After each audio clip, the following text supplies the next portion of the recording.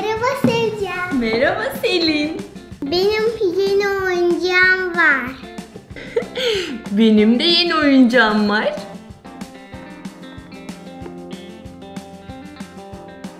Bu bir troll. Onun adı Poppy. Benimki de trollerin kuaför salonu. Hadi kutuları açalım. Tamam, açalım.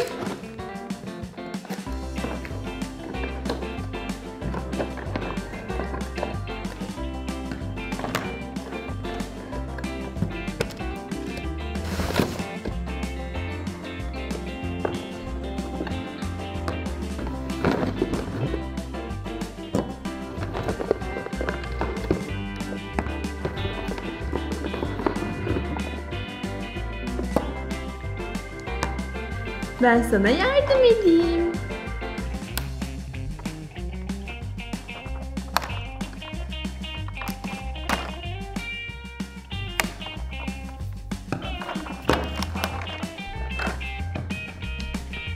Merhaba arkadaşlar.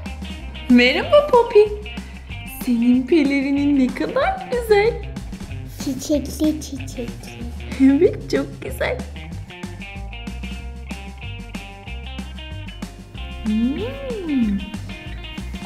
Ayakkabıları da.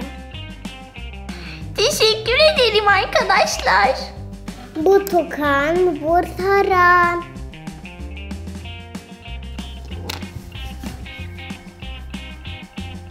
Bakalım benim oyuncaklarımda neler varmış. Rengarenk oyun hamurları. Ha? Bu kuaför sandalyesi. Bununla saç yapıyoruz. Bir de makasımız var. Bu Poppy. Bu da Poppy'nin arkadaşı. Evet, bu da benim arkadaşım. Çalı. Hadi kuaför salonumuzu açalım. İlk önce Poppy'nin arkadaşını yapacağız.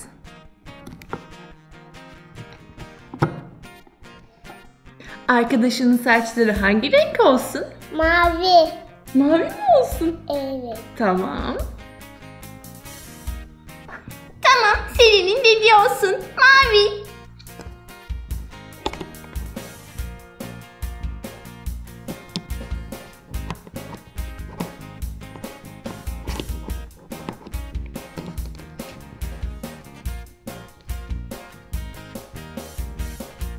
Poppy, ben de senin saçlarını tarayacağım. Evet, çok güzel olur.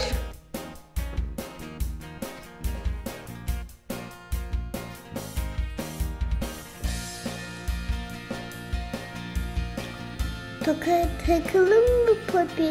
Olur.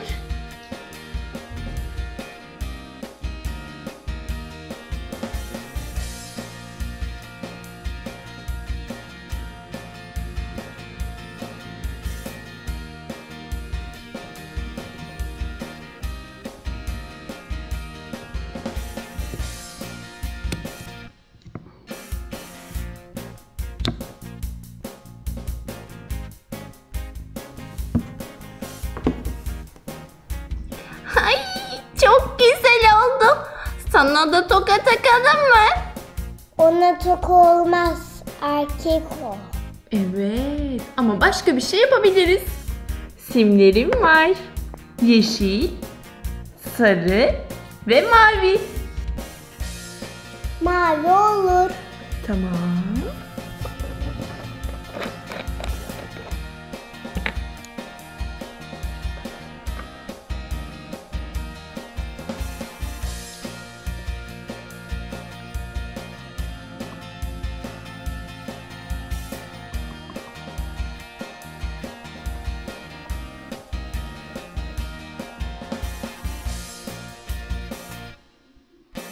Sen hazırsın.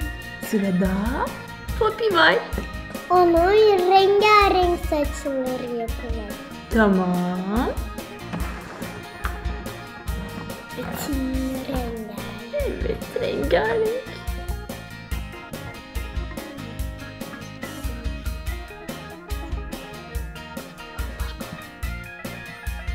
Mor.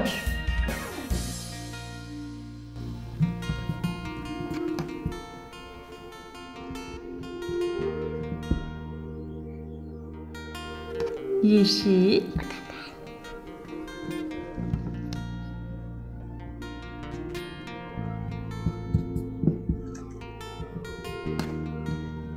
Sarı.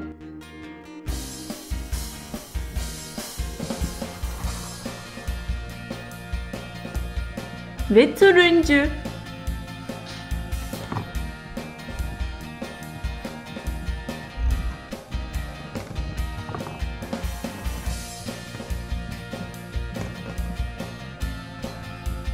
Rengarenk saçları yapalım.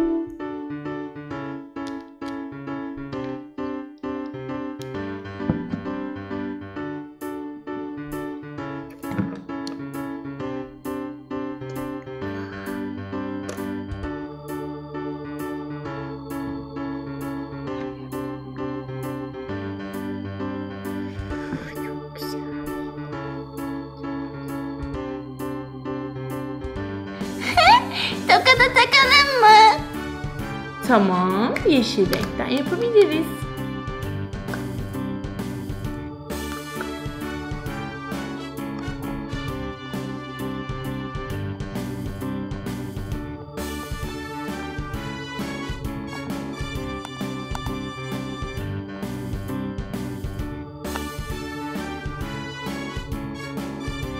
Ben bir tane pembe çiçek yapmak istiyorum. Tamam.